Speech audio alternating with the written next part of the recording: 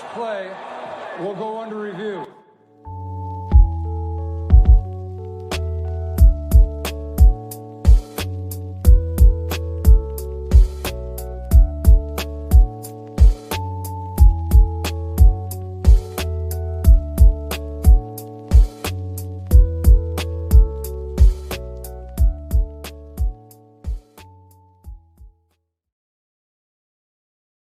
Citizens of Earth, happy Tuesday evening, and thank you so much for tuning into this week's episode of Under Review.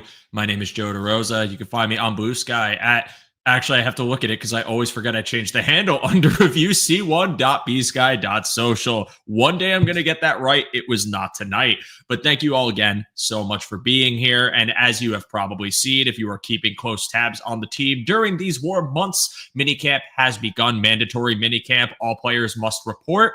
And some players that we speculated could or could not, depending on your side of the fence for this particular topic, still ended up showing up to minicamp. And we got some exciting previews of what this team could potentially look like in training camp, as well as during the regular season. Some Bills news that we just desperately wanted in these drier months of the off season. And today, my guest and I are going to go over what we feel are our three biggest storylines in minicamp leading into the summer break. What are the narratives that we are keeping the, I guess you want to call it, the largest tabs on? What do we feel are the most impactful stories coming out of minicamp as we go further into the offseason and eventually get to the season wrap up, where we could say this is something that could be extremely impactful, or at the very least, just something relevant for the team in the coming months? So I say my guest. I say we. I never just mean me. I always got to have someone on the panel with me, because if I don't, I'll have to be talking to a camera for 3 hours or even 6 in the case of the NFL draft. And my guest tonight is someone that has been on this show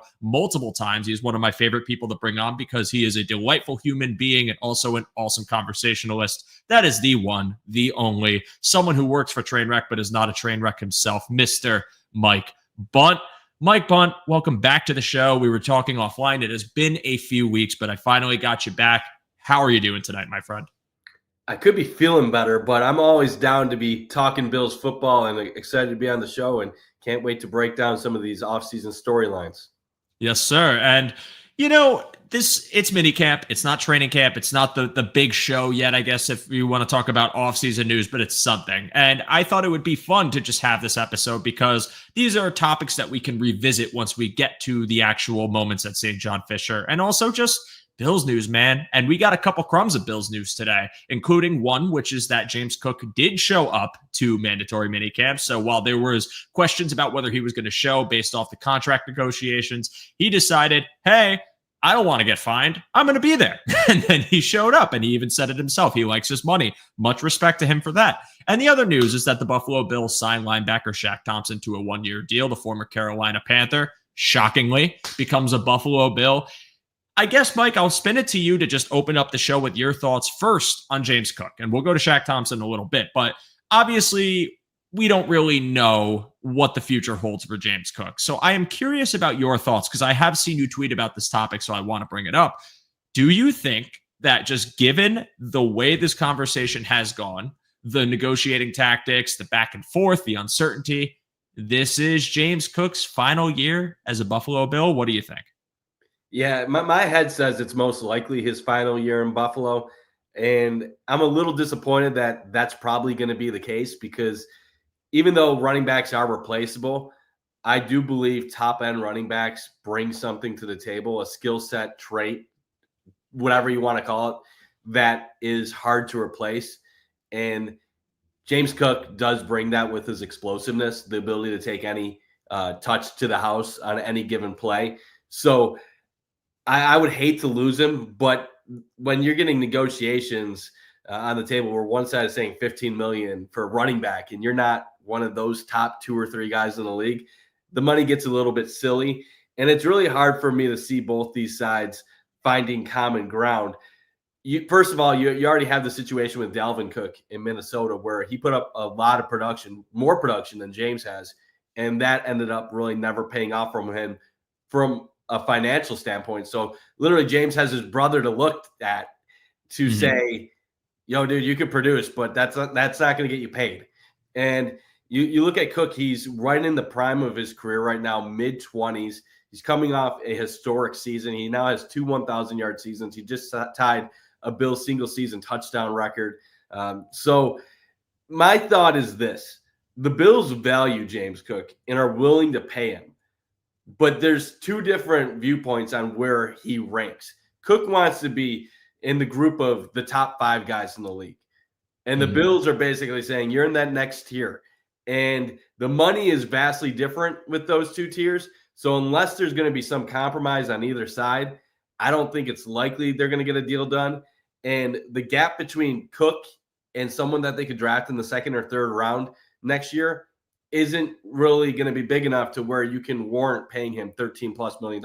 I think you're really maxing out at around 10, 11 million for him on a year-by-year basis. Yeah, I totally agree with you. I think as it stands right now, I am confident in saying that this is very likely James Cook's last year.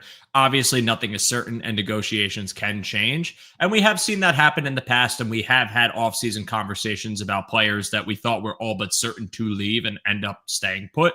Matt Milano being one of the most notorious of that. And I think with James Cook, it's not impossible that they can come to an agreement. But I do think that the Buffalo Bills have to be cognizant of, one, the running back market and what they would dictate a fair contract for James Cook's skill set relative to what the running back market is. As you pointed out earlier, he wants top flight money. He wants to be one of the, if not the highest paid running back in the NFL. And yes, mid-20s running back, great career numbers over the past couple of seasons, has become the guy in Buffalo. But when you look at the guys that you're comparing him to when you talk about top flight money potentially for James Cook, these guys are what I would consider surefire 3-down backs. There's no lapse in their game, whether it comes to the ability to be explosive, whether it comes to pass protection, whether it comes to being able to catch out of the backfield. I think James Cook can do 2 of those 3 things. But what I do think is an issue when you talk about giving him that much money is their concern over his pass blocking, having to take him off the field for certain situations, especially when it comes to picking up extra pressure. And then is that enough to justify top flight money? Now, some people will say yes. Some people will say no. For me personally, I think what you pointed out earlier is something I align with you on. I really like the player. He's a very talented player. I would be totally happy if they kept James Cook. I just don't think I want to keep James Cook for $20 million a year. I think James Cook, in my eyes, the furthest I was ever willing to go if I was Brandon Beane was like $12 million. And I just felt like that was a fair number considering like when you watch him back and what you think of the all-around player. Even with the production, you also have to take into account how the Bills scheme works, how their offensive line works, how they block for him. And I think that they also have to worry about looming contract extensions with other vital positions like Connor McGovern at center, which in my personal opinion, and this is not a knock on James Cook, I would prioritize simply because this offensive line being intact is what led to so much rushing productivity, not just for James Cook, but also for Ray Davis and also for Ty Johnson. So where I sit is I would be happy bringing him back. I would be happy doing it for a fair number. I think the Bills organization, just given what we've seen this offseason and the conversation's not really going anywhere and there's seeming to be this like standstill on both sides, is that I don't think Brandon B wants to give him top flight running back money either. I don't think he can either, considering all the extensions that they did make. And now you're kind of at an impasse where it's going to take 2 to tango. And I don't think 2 are ever really going to tango unless maybe the season doesn't go as planned for James Cook. There's a regression in the production and maybe it's injury, maybe it's usage, whatever it may be, that might lead to not only the Bills, but other teams not being willing to give that money. Or James Cook does test the market and the market isn't being kind to him either, to a point where maybe he comes back because he knows the scheme and he does take a reasonable contract. But it's hard to say, man. Like when you look at the situation right now, it doesn't feel like one that I think has a resolution that's anything but the 2 sides splitting. And that doesn't have to be animalistic. It doesn't have to be a true negative. It just means that they didn't come to an agreement. And they seem to have been very aligned in the fact that this is just business and not personal, which is why I think it's cool that Cook still showed up today. I know to avoid fines, but also kind of showed up to still be there, to still be present and say, like, it's just business, man. Like, I'm going to play, but if we don't come to an agreement, we don't, and I move on. So any other thoughts, Mike, on James Cook before we go to the other news of the day? Yeah, he's being a good teammate showing up, but we're kind of being naive if we believe he's showing up just to be a good teammate. And that's some of the narratives I saw from certain people today. Oh, he cares so much about winning a Super Bowl. I don't think he really, like, obviously he wants to win a Super Bowl. This is more about, he's a running back that made $5 million last year. And before that, he was in the low millions.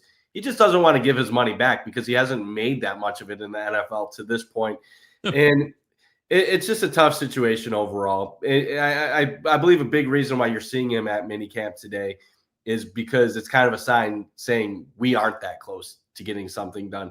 Where if you knew that something could happen, maybe you hold out in minicamp, hold out beginning of training camp, and you hope that the Bills eventually cave and give you something. By showing up, you're basically saying we're not really at that point where anything really is really realistic at this point.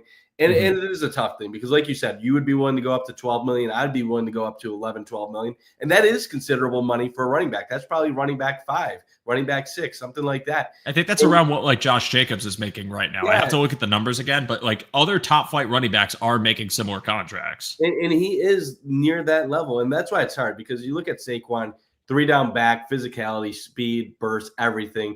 You look at McCaffrey, the ability to run routes, be a legitimate pass catcher. And then Derrick Henry, he'll just run you over. He can bulldozer you the whole game. And while James Cook has that explosiveness, he doesn't really have that second, third thing that really separates him from the rest of the pack. So it's tough because I do think that James Cook plays a bigger role in the Bills offense than what a lot of the fans give him credit for. There's a lot of fans that will say stuff like, well, he's just a product of the offensive line. I don't believe he's just a product of the offensive line. Some of those touchdowns you saw last year were him getting 6 yards down the field and making something happen and taking it to the house. Well, you put Devin Singletary back there, the Bills probably lose at least 5 touchdowns last year alone based on what James Cook did. But at the end of the day, you have to – it's all about salary cap allocation. And now we're smart enough to realize, can you replace this? Can you replace that? And unfortunately for the Bills, in a lot of scenarios, there's positions where – they might have players be willing to take discount. In James Cook's situation, this is probably the one time in his entire career that he'll be able to really get a payday. And for him, he sees that as something that he can't sacrifice. And the second thing, if we're just being realistic, not everybody wants to be a Buffalo Bill their entire career. James Cook might want to play in the South. He might want to play somewhere closer to Florida guy or family. And that could have an impact on negotiations as well. So I don't really have any ill will towards the Bills or James Cook. I just hope they both go out there. He does the best he can. Hopefully he puts up amazing stats. And if it leads to the Bills winning a lot of games, go out, get your money next year, wherever that may be. Yeah, I hold no ill will to James Cook if he decides to go for a bag in the offseason. He plays running back in the NFL. That is one of the least stable markets of any position. And it's something where I fully support a player getting every cent they can get. It's just if it's not from the Bills, it's not from the Bills, and I don't think it will be because, again, I just don't think when you look at the top flight of the market, he's going to make that same money from this team. I think what would be more likely is a team with ample cap space to spend decides to throw the bag at him because they're like, well, it's not going to harm us nearly as much. We can afford to overpay for the player, not even overpay, but pay top of the market. And just looking at the market right now, for average annual value a year for contracts, Saquon Barkley leads at 20 million, 20.6, McCaffrey at 19, Derrick Henry in third at 15, Jonathan Taylor in fourth at 14, Alvin Kamara in fifth at 12.25, and then Josh Jacobs at 12 flat. So you ask yourself too, if you are the Bills GM, where would you put James Cook as far as that list of players, and then how much money you're willing to give him? And personally, I would put him in that Kamara Jacobs category, which again are still really freaking good running backs. And this is not me trying to cast aspersions on the player, but when you talk about the money he wants versus what I think the Bills will realistically give him, I just don't think it's going to be 20 million a year, but stranger things have happened. We will have to see. I don't want this message to be taken away from people that we hate James Cook. It is not the case. It is just talking about the business of the NFL, what you are willing to pay. And I think to get top flight money, you have to be undoubtedly a top flight player, unless, of course, you are a quarterback in the NFL where all logic makes no sense and you could be average and make $250 million. But besides the point, Mike Bunt, and I thought that was a good way to start the show. The other news, smaller news, but something I still think is worth keeping a tab on is kind of an inevitable signing. Shaq Thompson, former Carolina Panther, becomes a Buffalo Bill now. This, I don't think, has anything more to do with certain. I actually do think it has something to do with a specific player, but I think this is kind of their annual bring in veteran linebacker and have him take the end of the room and let's just see what happens. They've done it pretty much every single year since McDermott's been there. Do you have any strong feelings on the signing or anything you think it would actually lead to come the regular season? Yeah, I mean, this would have been a nice move 5 years ago. But yeah, Shaq Thompson, he's had a solid career. Obviously, the Carolina connection. And at this point, he's just a depth signing. You hope he comes in the summer, fits in with the team. Maybe he has a little bit left in the tank. Hasn't really played much for the last 2 years due to injuries, but a good starting player throughout the majority of his career. Maybe he has a chance to stick on as a backup on the team, but I hope nobody's getting overly excited about the move because he's not going to really be much of an impact player unless you have injuries in front of him, and that'd be really his only path to really getting significant playing time. Yeah, I don't think there's really much else to say. It's a veteran addition. I'm not opposed to bringing in vet depth. I would say that this is a guy you keep floating as like a satellite linebacker, maybe potentially for the practice squad if you can get him there. However, he does bring veteran experience if you do happen to lose one of the three players, Matt Milano, Dorian Williams, or Baylon Spector. And what I would argue is there is the possibility that if him and Spector are both in camp, and Spector either gets hurt or just has a poorer showing than Shaq Thompson, who, again, is an experienced linebacker, I think that presents you with the opportunity to maybe cut ties with the player that is on an expiring deal and keep the vet, someone that you could turn to in a rotation and say, hey, we feel comfortable with him. He's played special team snaps. He has the ability to play well in coverage and in the run, comes from an experienced defense. No Sean McDermott. These are all things that I think lend itself well to his potential in camp this year. I don't know how likely it is, but I do think it's something I'll keep an eye on when camp comes around. Because again, they didn't really do anything at the linebacker position. I know a lot of people thought Sean Dolak was all but a Buffalo Bill, and now he's in Los Angeles. So that dream is dead, at least for now. And they kept the room the same. But I also think, too, we're kind of forgetting about, Uofashio, who is a second-year player who had some really fun reps at Washington. I think deserves a little bit more buzz when you talk about his role in this room. And then Joe Andreessen, who, according to Alex Brasky, was making plays today at minicamp and is someone that not only is loved by the fan base, but someone that I think actually would have potential to be your back-end linebacker. So to me, it's really just if someone gets hurt, here's a guy. If no one gets hurt, maybe he replaces Spector. And as soon as I mentioned Baylon Spector, that's, of course, when all the comments come in about Spector's hurt, right? And I don't think if Spector gets hurt, it's when there is just sheer disdain and anger. Well, not disdain. That's not fair. But it's like that's a name you could bring up and all of a sudden 100 more people just are going to say, damn, dude, Spector's hurt again. And he is. So it's unfortunate, man. You know what's funny? Everybody's going to point out the Spector injuries as if Terrell Bernard and Matt Milano aren't hurt all the time, too. It's the prototype Bills linebacker that McDermott and Bean target. Undersized, speedy, and normally, you know what that means?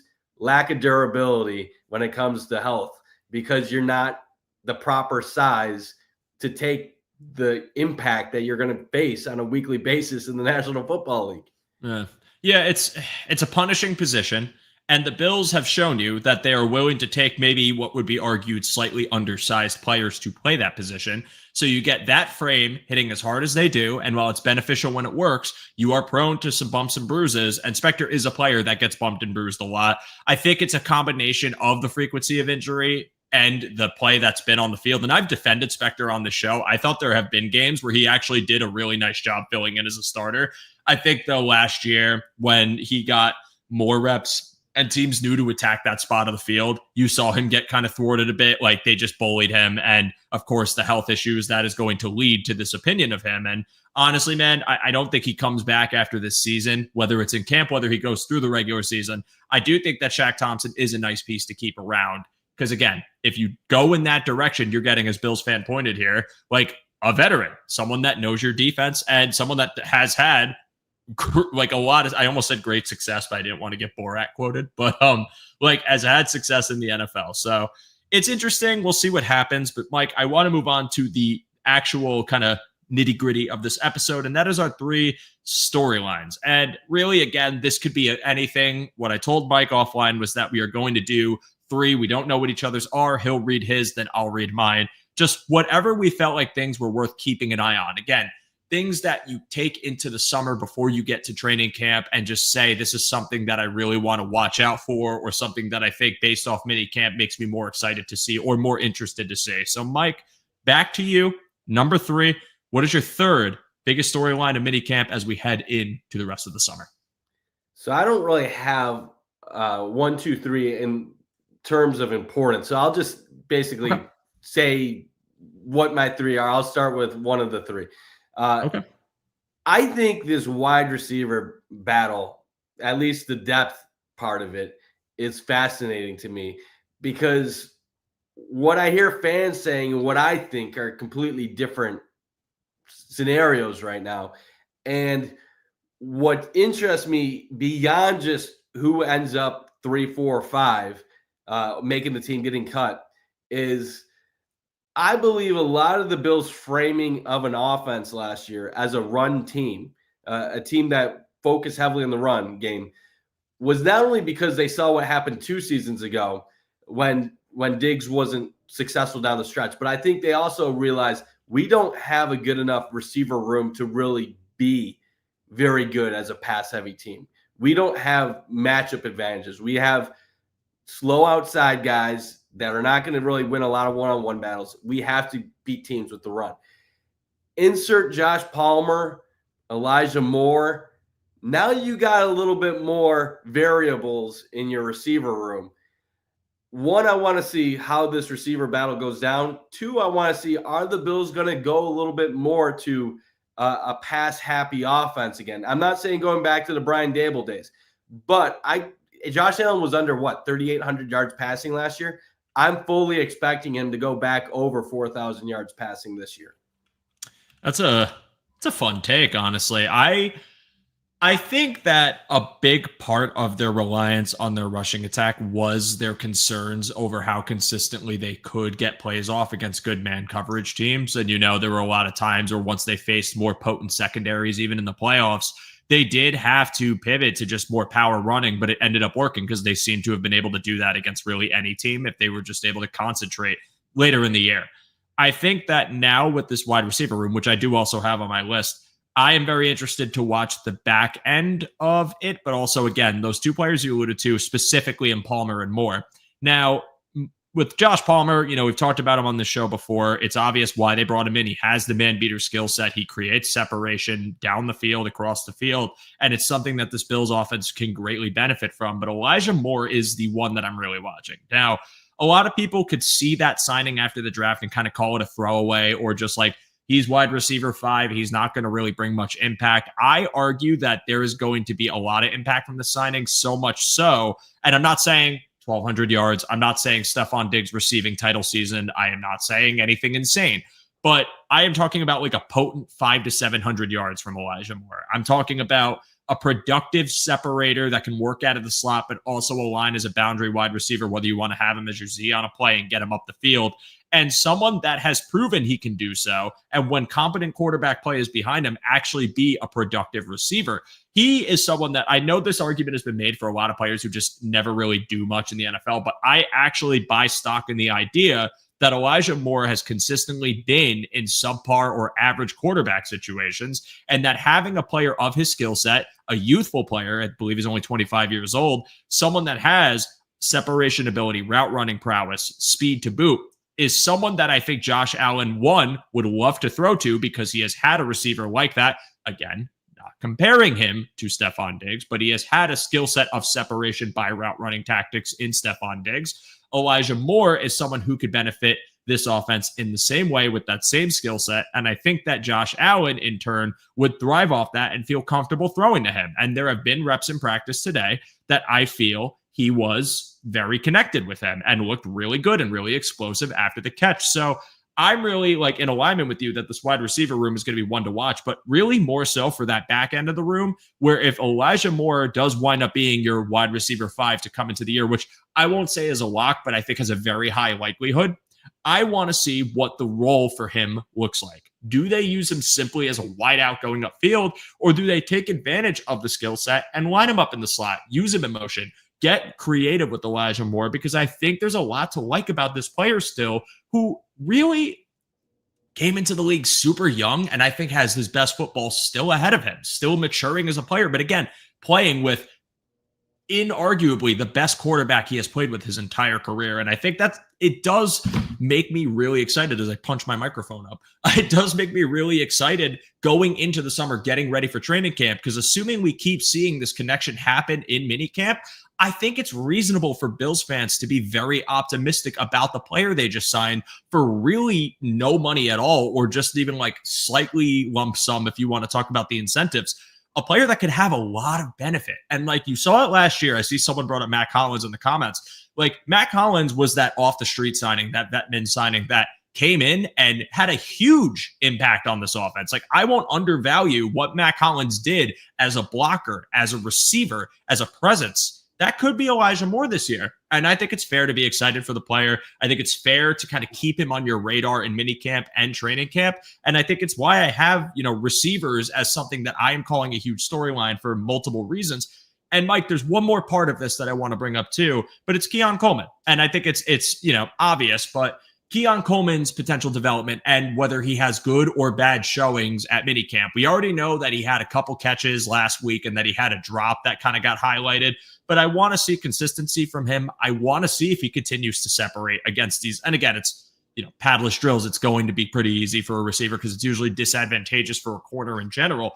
But if Keon Coleman flashes too, then I think it's fair for fans to be optimistic going into training camp about him too. I mean, what do you think about Coleman?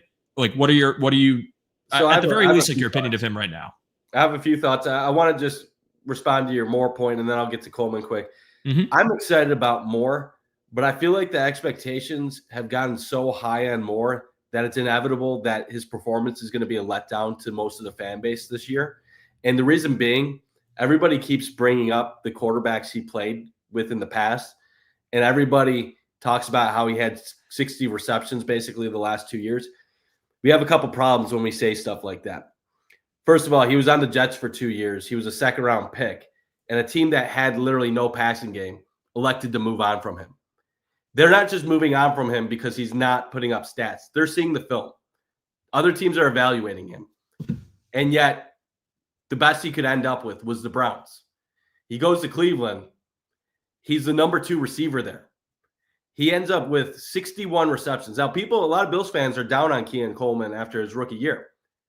Keon Coleman played 4 less games than Elijah Moore, had something like 32 fewer receptions, yet ended up with 18 more yards and I believe a couple more touchdowns. The player that fans think they're getting out of Moore is not the player that he has been utilized, at least recently in his career. Moore averaged 8-point-something yards per reception last year. That's a small number. He was under 10 the year before in Cleveland. This is not a guy that's been going downfield. This is not a guy that has been getting involved in big vertical plays. You're talking about a guy that's put up less production than Keon Coleman and Gabe Davis. And the fact of it is the Browns could have re-signed him, but they didn't. And yes, I know that he chose Buffalo for a little bit less money than the Browns. But if this was a guy that other NFL teams valued and saw things on tape, he wouldn't have waited until after the draft to sign somewhere. If you look in recent years, the Bills signed Deontay Hardy for $4 million. They signed Curtis Samuel for $8 million. They just signed Elijah Moore for up to $5 million. If you look at where the money is allotted and what skills that Elijah Moore brings to the table, and you throw the stats aside from recent years, Elijah Moore is most likely competing with Curtis Samuel for a spot on this team and a role on this team. Mm-hmm. And I'm excited. I think Elijah Moore could be a 30-40 catch guy that could be 500 to 700 yards on the Bills. But a lot of the narratives I've been hearing is that behind Khalil Shakir, he's the top receiver on the Bills. And that's not the case. It goes Khalil Shakir, then it could be Josh Palmer / Keon Coleman, and then it's Elijah Moore or Curtis Samuel. And I'm excited about Elijah Moore. Like I said, I think his quickness will be much needed for this Bills offense. I think that's going to play a huge role. Josh Allen's going to love it. But I do want people to taper their expectations a little bit with him because I feel like that'd be a little bit unfair. This guy's not going to go for 70 for 1,000 this year. No, I don't think $1,000 for sure. And then the second thing, the Keon Coleman part, I think Coleman's getting a little bit of some of it fair, some of it unfair criticism based on how his rookie year happened. Up until his injury, Keon Coleman was on pace for a great rookie year. And he ended up the season with around 29 catches for mid 500s, and he had 19.2 yards per catch. That's amazing. That's honestly an unbelievable number, and especially for a guy that's not a separator. And what does that say about Keon Coleman? One of his touchdowns went 40+ yards against Seattle was a curl, yet he made a guy miss and took it to the house. He had another big play on a slant. Keon Coleman is never going to be a separator down the field. And I think for a lot of fans, that means he's not good. We knew Keon Coleman wasn't a separator coming out of Florida State. He is a big-bodied receiver that has two premium skill sets. One, the ability to go up in the air and catch anything thrown in his direction. Not saying he's going to catch everything in his way, but it has the ability to. And then number two, you're talking about a guy that despite being a 4.6 40 was a punt returner at times in college. How do you end up being a punt returner when you're considered slow? It's because he's an athlete. He's a basketball player. He might not have that straight line 40 speed, but he's elusive. He's big. He's strong. He has the ability to break tackles. I think we sometimes spend so much time talking about how the Bills lack a number one receiver that we forget. If you just look at this unit, Khalil Shakir, Josh Palmer, Keon Coleman, Elijah Moore, maybe Curtis Samuel, that's a pretty good group of guys that have contributed and have the ability to really give Josh Allen a variety of skill sets. Then you factor in Dalton Kincaid and the Bills running backs in the past game. The Bills actually have 6 players that have had 60+ receptions in an NFL season before. How many people realize that? So I know that's a generic stat, but I think if you look at it from an everyone eats mentality, the Bills have enough differences between their guys. And Keon, Palmer, Khalil, Shakir, Elijah Moore, they all slot in as guys that can be 45+ catch guys and all contribute in their own ways. Yeah, you're right. And I think that the way they built this room, I know people are mad that they didn't get the top flight elite guy by reaching up for one in the draft, which they should have never done. I think that they built the room well, at least, again, raising the floor of the room. I like the way that there is a myriad of skill sets for Josh Allen to have, whether you want to talk about more power style receivers who can go up and get it in Keon Coleman, separating guys in Josh Palmer, Elijah Moore, or just really shifty slot, but can line up at the wide spot as well in Samuel and Shakir.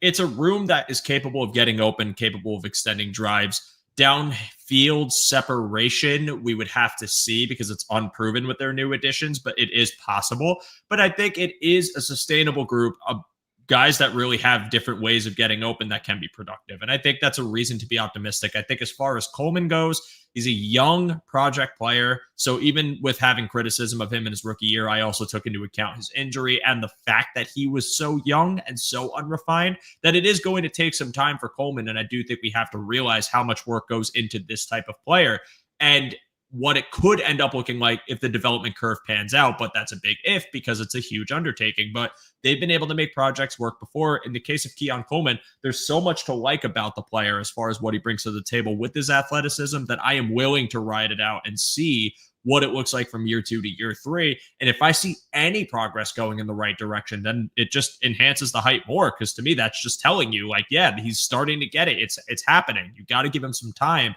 and really get him work. With the Elijah Moore conversation, again, no, I don't think he's going to have 1,200 yards, but I think it's okay to be, and I'm not saying you're not saying it's okay to be excited as much as I looked at the advanced mats from PFF. So when you look at last year, he had 897 total snaps. 490 of them were out of the slot. 395 of them were out wide. So I think that would give you some reasoning for the at least average yards per target at being at around, what'd you say, 8.7? So it's like 8 point. Yeah, it was low 8s last low year. 8s. It was low 9s the year before. Right.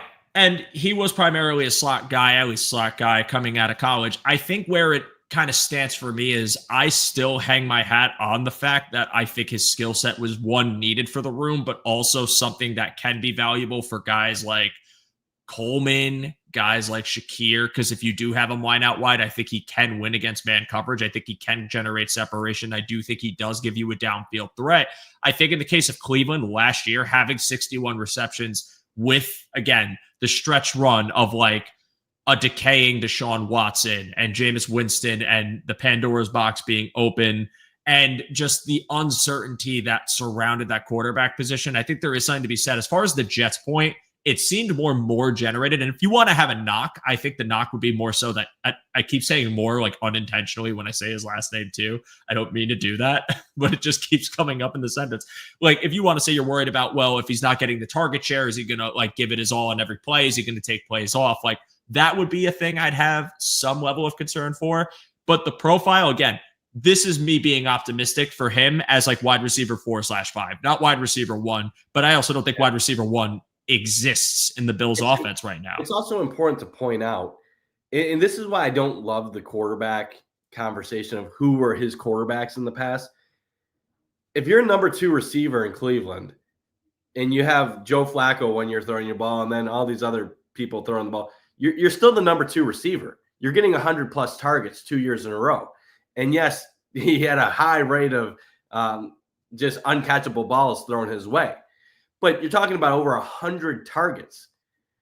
We're on an everyone eats offense right now in Buffalo. That has at least 3 receivers other than Moore and at least 1 tight end that already warrant 50 to 70 targets this year.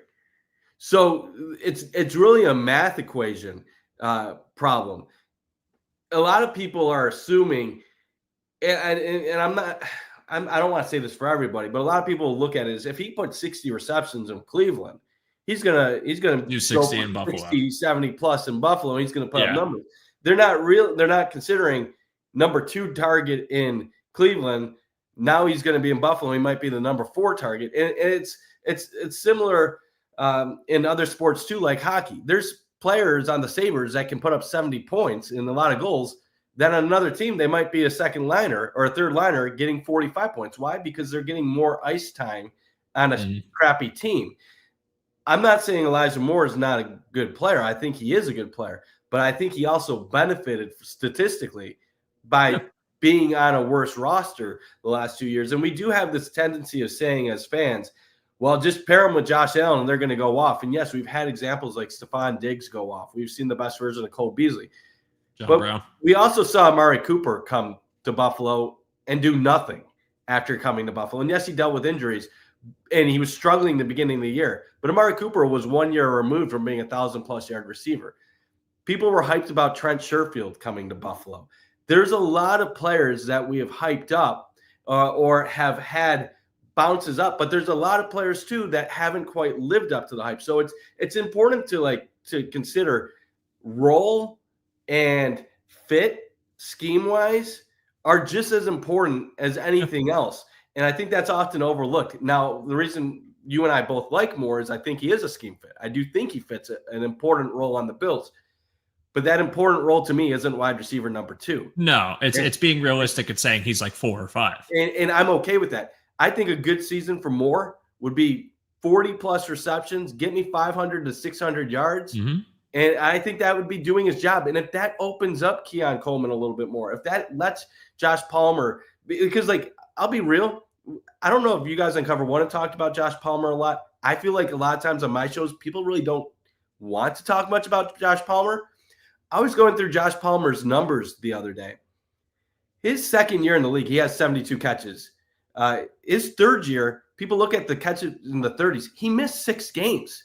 If you look at his middle 2 seasons in the league, Josh Palmer was basically a 68 to 71 catch per 17 game guy for over 800, 30, 40 yards. Yeah. And then last year, the Chargers went to a heavy run offense when Harbaugh took over, and Herbert's passing attempts went down to the lowest number in his career. And Palmer sometimes had other wide receivers ahead of him, and Keenan Coleman. Oh my God, Keenan Coleman. What am I saying?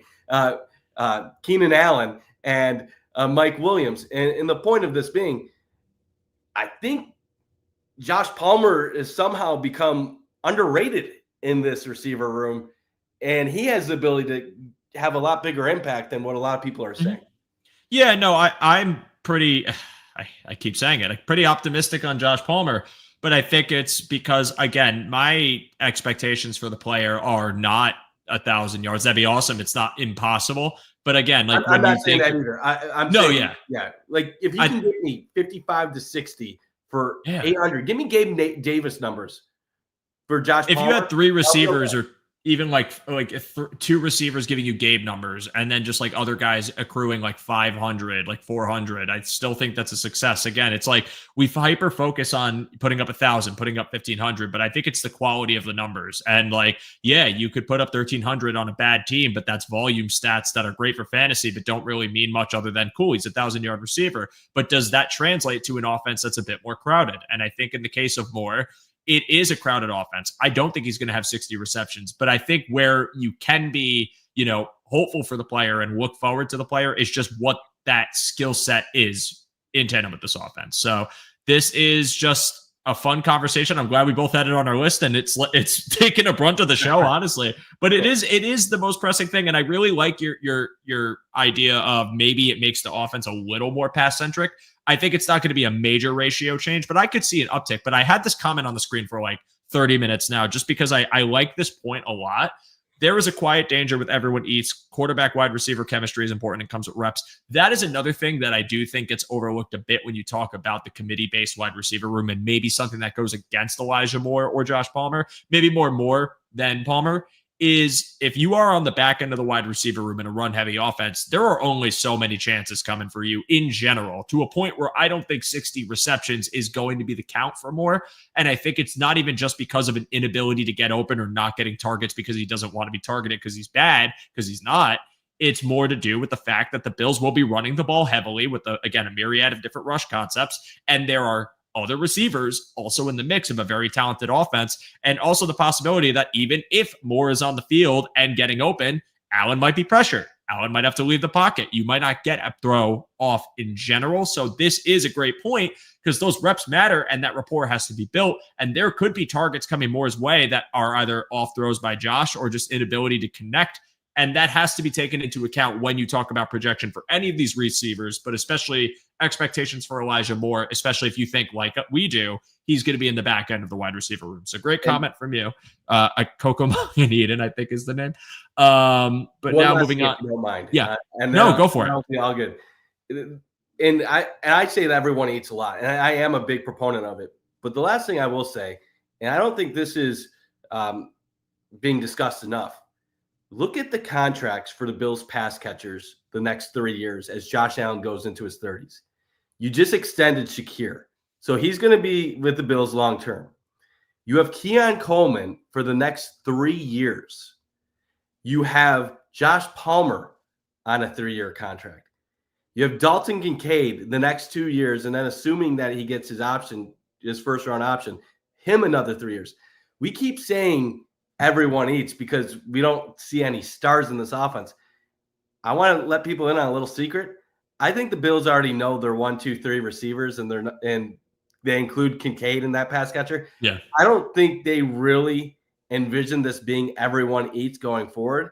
I think the Bills are just higher on Shakir, Palmer, and Coleman and Kincaid than what most of their fan base is, because this is going to, the way the contracts are lined up, how are you going to make that big receiver move without demoting one of those guys? And all of those people have either gotten a recent contract or they've been used with a premium asset in the last year or two. Yeah. So we can discuss this over and over again, but when you have 4 pass catchers tied to the team for the next 2 to 3 years, that's going to be the future going forward for Josh Allen. Yeah. And wow, it's almost like the Bills have invested in their quarterback and tried to get him weapons over the past couple of years with early picks. What a concept. And it's almost like some of those players have gotten more contracts because they don't hate their quarterback and actually want to give him pass catchers. But I thought that was fun. And it's a room that I think the Bills are higher on these guys than a lot of the fans are. I think we have to be a bit more patient with some of the development, myself included, because I've been very critical of Dalton Kincaid on the show, but I do have my concerns that I think are valid as far as what the player is, the limitations of the player, and those kind of rearing their ugly head in certain moments. But I don't doubt that there are strengths to Kincaid's game, and maybe players like Moore do benefit him. Maybe adding other tight ends into the mix that can kind of take some of the assignment away, but put Kincaid in more positions to be what he's good at could help him. And we could be seeing the top three. And I kind of think I made this point last year. I don't remember, but the top three pass catchers for the Buffalo Bills being three different positions, which is tight end, receiver, and running back. Because, by the way, patting myself on the back, James Cook was number 3 in receptions on the team last year. I distinctly gave a hot take in multiple places that James Cook would be top 3 in receptions, and I was right. And I never make bold takes, so I'm going to take that one for me. Score 1 for the host. Let's move on, Mike. And I'm going to just read off. I'm just going to read off another storyline I got. And I'm going to pitch it back to you. If you have this on your list, great. If not, feel free to give your thoughts and then pitch me yours back. But I'm going to give you the health narrative. And the reason is it's early. It's very early. I am not trying to sound a panic alarm of any kind here, because I'm the one person you could turn to not panic about things unless it is truly a shitty situation, which would be apparent. But I do want to keep a tab on the health of this team going into training camp, mainly with 2 players, and that is Cole Bishop and that is Joey Bosa. Now, the good thing about Joey Bosa was we saw him doing off the side of the field work with the trainer. He was moving, didn't look to be in any pain. And it seems like whatever ailment he was dealing with, shout out to Banged Up Bills for this as well, because they had an article about it, doesn't seem to be too major of a grade. But I am worried about Joey Bosa having an injury this early and that lingering during training camp, and what that will do for the overall outlook of the defensive line, because Joey Bosa was brought in to be a staple of this defensive line, of this pass rush in third and long situations, an area where the Bills struggled with heavily last year. It was one of their Achilles heels. They were not a good passing defense on third and long, be it from not being able to close and finish on pressures and be able to generate sacks. It would lead to opportunities of extended plays and ultimately conversions that the Bills should not have been letting up in numerous games last year. Joey Bosa is your immediate answer to that problem. On a 3rd and 15, you have an experienced, talented pass rusher to come in and close. But if he is not healthy, that does breed concern over if this room has the same issue, assuming that you are still seeing a development curve for Landon Jackson, for TJ Sanders, for Deion Walker, any of these guys. So the fact that Bosa is already banged up does make me a little worried, and it is something I want to keep an eye on. And then for Cole Bishop specifically, we saw this problem last year. I've talked about this on the show numerous times, Mike. Cole Bishop's injury last year is, in my opinion, the reason he didn't have the starting safety job in week 1. It's the reason that Hamlin lapped him, because he could not get reps on the field, but he started out with the first team. If Bishop has consistent injury problems going into training camp, are we going to expect a similar situation where Hamlin, who is also injured, or a different safety like Derek Forrest, kind of laps him again and puts him in a situation where he has to catch up, and maybe he's not as smooth, as polished coming back from an injury and for reps, and then all of a sudden he's not your starting safety? I don't want to live in that reality. But again, we are early in offseason. This is not me panicking, but I am taking note of the fact that players that have, I guess at this point you could say, have had injury kind of hinder them to some degree in their careers. The very young career of Bishop being hindered by injury and him not being able to start outright, and Joey Bosa, who we all know has a history of injuries. I'm keeping an eye on that.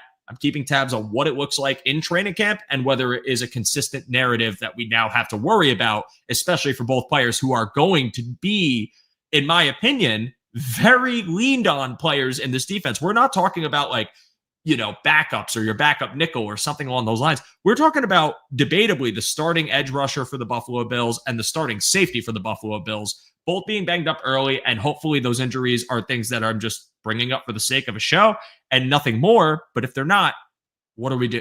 What do we do? What is the solution and how does it look? So that's one of mine. Mike, your thoughts on that? And then from there, give me yours. I think that's a really fair storyline. Obviously, injuries have been something that have plagued the Bills in recent seasons. And you look at it, really playoff time, they've been missing crucial players for several of their losses during the Josh Allen era. I don't really worry about injuries as much, to be honest with you, just because they're part of the game. And I don't think we really ever really truly know what most of these players are going through on a weekly basis. Yeah, there's an injury report. They have vague descriptions. We know what gets reported. I'm more of the assumption that everybody is playing through stuff on a weekly basis. We only know of the stuff that is big enough to get reported. The Joey Bosa stuff, and I actually got in kind of a Twitter conversation with a little while ago. I'm not overly concerned about this specific injury. Now, if you ask me, am I concerned about Joey Bosa going through an entire season with the Bills? Yeah, I'm concerned like that he might not be with the Bills when it matters in the playoffs. But this specific injury, I'm not overly concerned about. If it's going to happen, better now than a month and a half from now. He's going to have enough time to recover. They can bring him in slowly. There's no reason for him to even touch the field until he's 100%, in my opinion, as far as like reps and all that stuff. If it's anything that is taking extra time where he needed to miss a game, I'd be fine with him missing games. I don't even care if he plays until December. Give him a month and a half, and then I'll be ready at that point. But injuries are going to happen, and there's really nothing you can do to avoid it. Obviously, Joey Bosa was a risk. I think a risk worth taking because you're betting on upside. And a lot of people are like, why would you sign somebody that's injured all the time? Well, the alternative is getting somebody that is a B defensive end that doesn't really offer much upside to you. And then you're playing Mahomes in the playoffs again. And you're wondering why AJ Epineza isn't getting sacks or why so-and-so isn't getting sacks and Javon Solomon is on the field. Well, it's because you didn't have anybody that was much better to fill the spot. So I think it's worth taking chances on Bosa. Injuries are definitely going to be a concern, but I think some of the Bills' injury issues are sometimes taking risks on older players, hoping for to have high ceilings to still deliver a little bit when it matters. And then I think it sometimes comes to them targeting certain body types for positions that aren't always going to be the most durable body types at their positions in the NFL. If we want fast, quick, covered linebackers, you're not going to be getting guys that are going to be 6'4", 240. You're going to be getting guys 6'1", 220. So it's part of the defense. Like you, if you want it to change, if you want more durable linebackers, well, then you're going to have to switch some things that you do on defense and accept lesser results in certain ways. And I don't think we kind of discussed that part of it as fans enough. But that kind of goes in line with some of the things I was going to talk. I was going to bring up my next main point was defensive line and whether or not the additions on this team can step up and make the desired impact that the Bills need in order to not win regular season games, because this defense has been good in the regular season. Can they step up when it matters, and can they be healthy when it matters? So that's the part I'm tying into you. Because I do think Joey Bosa is a big upgrade over anything they've had at defensive end in the playoffs in recent times. Von Miller has been here for 3 years. The first year he misses it completely. 2 years ago was a shell of himself. And then last year he was good, but he's only playing 30% of the snaps. So they never really had that impact opposite of Greg Rousseau. But they didn't just address that. You get Michael Hoyt. You get Ojanobi. You're bringing in veterans that should theoretically help out Ed Oliver and Greg Rousseau. And I know a lot of people are talking about the draft picks. I don't expect these draft picks to come in right away and be stars on the Bills defense. There's a reason why they double dipped in free agency in the draft, and it's a numbers game. They're hoping that by just throwing sheer numbers at it, enough of these guys are going to step up to where they're going to get some production. And it's not a guarantee to work. I don't think any of these guys are stars, but I think on paper it looks a lot better. And ultimately, one thing that we need to talk about that hasn't been talked about enough the last 2 years is we need the Bills defense to return to what a McDermott defense looks like. The last 2 years, they have not been a top 5 unit. They've been a unit around 10 to 12 in most metrics. And you factor in that their run defense is normally going to struggle because they're primary nickel and they're in a matchup disadvantage in those situations. They really need to step it up overall. And their pass defense was a hole last year. Now you bring in Maxwell Hairston, you have Trey White back, Dane Jackson. Not saying those are good players, but maybe enough depth pieces to help rise this defense to where it really needs to ultimately be. Well, the defensive line point, it's an honorable mention on my list. It wasn't on it. You did mention something that is on it, but just to further your point, I think defensive line is just imperative. And Sean McDermott himself kind of called it out and saying, we're going to go where they go. And that is the crux of your unit, especially for a team that, again, likes to sim pressures, likes to send creeper pressures, but often isn't blitzing with 5 or 6. Like, it's something they'll do, but not nearly at the rate of other blitz heavy teams. They want to win with the core 4 up front in a rotation. And that is a world any DC who runs a 4-3, 4-2-5 wants to live in, because it's really just, now I don't have to send the extra bodies. I could sell max in coverage, and still be able to win and still give you hell. Jets defenses under Robert Saleh, as much as we clown them, their successful years were quarters coverage with a 4-man pressure, and it worked because they were extremely talented up front with a great interior defensive lineman. The Buffalo Bills right now want to live in that world. The Buffalo Bills defense can be the absolute best version of itself and the most generous version for its developing players like Max Hairston, like Dorian Strong, like if you do have Derek Forrest come in and actually take a starting role, like Cole Bishop, like all these young players in your secondary. They can all benefit from a very productive front 4 that actually closes, that is able to generate pressure, get sacks, disrupt a quarterback's timing, tempo, rhythm. Deep drops are disrupted. Quick passes are the only thing, and therefore they're funneled into a box. They're disrupting the run at the line of scrimmage and generating push from the interior. All these things have a trickle-down effect to the rest of the defensive unit, and it would be the best version of the Buffalo Bills. Therefore, defensive line is something we should be paying a lot of attention to, because like you just said, Mike, and I love that point, they threw numbers at it. They are just hoping that, you're hoping everybody pans out, but you're hoping realistically 1 or 2 of these guys pans out as a really good player that you can build around, because that's a success.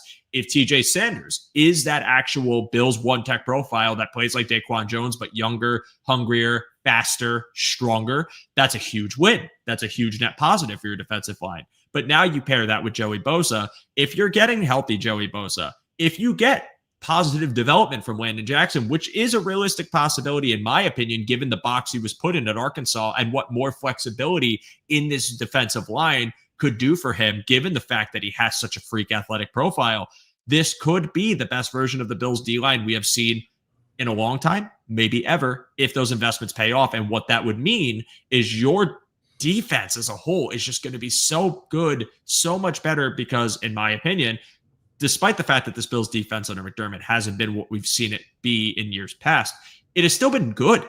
It's still been a solid unit, even with I don't want to say no pass rush, but without, consistent pass rush, with those 3rd and long lapses, like I mentioned, with the explosive plays that they would let up, seemingly every game. This is still a good defense. You can make it even better. And your Achilles heel when it comes to playoff competition, playing the Kansas City Chiefs, or if it's a different team eventually, that can be mitigated, and you could finally get a defense that in my eyes is worthy of getting you to a Super Bowl and erase a lot of doubt. But these investments have to pay off, and I think it's fair for a lot of people to be paying close attention to the defensive line, as you pointed out. So I love that, Mike. Thank you for bringing that up, because I wasn't going to, and I was kind of hoping you had it on your list. I'm going to toss back my number 1. We'll toss back to your number 1 after. Then we'll call it a show. And I said you mentioned it before because you briefly mentioned the corners. So I have the corners here. And again, I'm a huge defensive line truther, but this is their 1st-round pick in Max Hairston. This is a player that we have talked about the traits, the type of player he is, the fact that compared to Kyer Elam, he actually is a bit more of a direct scheme fit. However, he's a rookie. He's figuring out the playbook, and they're obviously going to be paying very close attention to the 1st-round pick they drafted, and we are as well. I want to see positive flashes from Max Hairston. I want to see consistency from Max Hairston. It was a really funny kind of thing. People were mentioning that Keon Coleman burned him on a route, and everyone's like, wait, Coleman did that? Because Coleman's not known for his vertical separation or speed. So it very clearly tells me that Hairston just was in a bad position, maybe slipped something along those lines, whether it was being anticipatory. I didn't see the rep. I don't think it was recorded. And obviously got burned in a rep, but it's practice. That's going to happen. DBs are not in great position when you talk about padless practices and having to cover open field with no safety help over the top and just being one-on-one. I think that seeing Max Hairston win those reps more consistently and start showing real flashes, kind of like we've been seeing with Benford in practice, that is a huge boost for the optimism for the secondary, for the cornerback position. I think that is something fans could take with them as they get to training camp to be excited for. And I think that would make me, as just an individual, really, really high on this quarterback room. Because I'm going to tell you something, dude. Same argument for the defensive line and the investment they made in it is the same one you can make for their quarterback position, because they have added this offseason 4 bodies in Hairston, in Dorian Strong, bringing back Trey White, bringing back Dane Jackson. And while I do think more than likely Jackson is going to be a casualty of cut down day, it still emphasizes that they are putting significant investment into the numbers of this room, and that this DB room, this secondary, could really be strong if you get positive flashes, Jesus, from Hairston and even Strong. And I think that that's why I put it number 1 on my list as the most important one, because again, that's your first round pick. CB2 has been something that, apart from Russell Douglas, has been a really neat as far as top end elite play, because we've gotten good play out of it and guys like Levi Wallace and Dane Jackson. But you want another dog opposite of Christian Benford. You want teams to fear throwing to the boundary or really anywhere on the field. And again, the same argument you have for the defensive line can be flipped on its head, and something Anthony always calls a chicken or egg kind of conversation. Like, the secondary being good could trickle down to the defensive line. You could generate coverage sacks. You could really benefit that room that's still developing as well. So for me, you could choose either or when you talk about what you prioritize as the most important to see from defense. But for me, I chose corner tonight just because, again, the investment with their first round pick, I should say, and really what that room could be with Christian Benford, with the safety play, and Sean McDermott developing DBs. If Hairston pans out, I mean, you're in for a lot of fun plays from your secondary, because Hairston, the speed, the ball coverage, like the ball recognition, the processing in real time, it's all there for him. He's just got to be ready for the playbook, and don't let the playbook defeat you. Be on top of it, be savvy, and I think you could see a lot of fun things from that room, and in turn from this defense, kind of putting them together. Mike, as you bring up D-line and I bring up corners, what about you? Final narrative before we sign off for the evening. First, I love your cornerback point, and I think the Bills' moves this offseason, the doubling down on corner and defensive line, show you how they felt about their roster as a whole going into this offseason. And while people would say, well, put more into receiver, what the Bills basically are telling you is they know they can score 30 points a game with what they have on offense right now. They think their offensive line is great. They like their tight ends. They know they have an MVP quarterback. They have good running backs. They didn't really need to put much help on the offense. But doubling down on D-line and corner, that shows that they were basically desperate to get a higher ceiling in that room. And they were willing to do whatever it took to get there, whether that be buying on youth and hoping that they can get guys with upside like Hairston, or getting veterans like Trey who are steady, know what they're coming into. And if Hairston isn't ready, I trust Trey can get by for small sample sizes. Do I want to trust him for an entire season? Probably not. But I think that who better to be a mentor for Maxwell Hairston than Trey White, who's already succeeded at the highest level. And I love what you bring up about having a reliable corner too. All these years where it's been a heavy emphasis on the corner, on the safeties with Micah Hyde and Jordan Poyer and Trey White then at corner, they really haven't had a dynamic number 1, number 2 corner combo. If Hairston hits and you have Benford continue to play at this peak, that's going to be really tough for teams to go up against. And that'll even make life easier on the defensive line. Like you said, what helps what? Well, they can both lean on each other and help each other out. My last point would be for a storyline. How do the Bills handle the pressure of this offseason? And the reason why I say that is not to say that they haven't had pressure in previous years, but last year was kind of a reset year, that they blew it out of the park and they killed all expectations. Before the year, people were saying how the Jets were going to win the division with Aaron Rodgers, that Miami was going to still be a tough challenge for the Bills. People were picking the Bills. Some people were picking the Bills to finish third in the division. There was no expectations outside of Buffalo for the Bills last year. And I think that sometimes that feeds right into the Bills' mentality and their culture in the room. This year, though, you're coming off another playoff loss against Kansas City where you've tried everything and you still can't get past them when it matters. Some people would say that Brandon Beane's comments on WGR 550 would show a little bit of the pressure coming out, what he's feeling, the stress. I would disagree a little bit. I think he was more just frustrated at their narratives, but some people would disagree with me and say that's some frustration and stress boiling over. We're now seeing them on Hard Knocks later this summer, where they're going to be thrown into an environment they're not accustomed to, having all the cameras on them. I don't think the regular season is going to be much of a concern because they do have a schedule they can get through. But you are going the first 6 games without Ojanobi and Michael Hoyt. You're going to have injuries at some points during the year. How are you going to handle the adversity? Normally the Bills step up and they handle it fine. But come January, come February, can you make the needed changes? Can you step up when it matters the most? And can you get over that hurdle that they haven't been able to get through? Because for better or worse, we always talk about how the offense still looks great in the postseason, but there's always just that little – the playoffs are so finite, the margins of error, and that separate Kansas City winning Super Bowls and the Bills losing to Kansas City. And if you look at every playoff game, there's a few plays by the offense, and there's obviously a ton of plays by the defense. We're like, if they could have just stepped up there and made that throw, or if they could have just gotten that pass rush there, or if they could have just made that tackle or been in the right spot, they could have won those games. I think this is a pivotal year because on the outside, the Bills have everything that they need to win a Super Bowl. This is probably their most complete roster since the year they opened on Thursday Night Football against the Rams. If they don't make it to at least the Super Bowl this year, I believe McDermott will enter next year on a hot seat. This is his last year where I think you can say he's safe regardless of what happens. But if they don't make it there, I think people are going to be like, okay, Josh Allen's 30 now. Now we have to do something about it. So that'd be my number one storyline. Not that it's a worry now because we're in good times. Nothing bad has happened. But once adversity starts happening, whether that be early in the regular season, midway through the regular season, or in the playoffs, how do they handle it?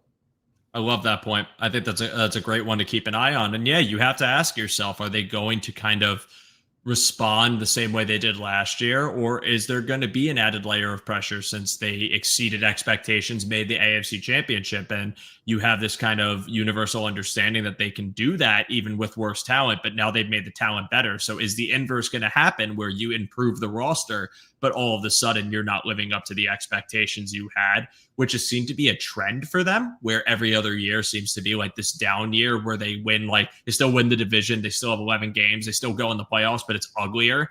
And I think that probably happens not even just because of like the mystique of the trend, but really just because 13 wins, it can be replicated. I think it should be replicated given the schedule, but it's hard to replicate the same exact level of success year after year. Things change. Things that went your way one year won't go your way the next. Some bounces go to the other team. It's just the way it happens. I think for the Buffalo Bills, it's all about, like you said, responding to that adversity and being a team that, despite added layers of expectations, can still be that formidable front of the AFC and also finally nab a 1 seed, get that Super Bowl appearance. Those are the things that you're going to be hearing from people. And it's a big question amongst fans, McDermott detractors, regime detractors, when, if ever. And I think that that's valid. Now that we're at a point where we've kind of had this reset, and this is that first year of your vision of the reset now being realized and spearheading into a new direction where you have to hope that this works, because if it doesn't, now you're going to start questioning, is this ever going to happen?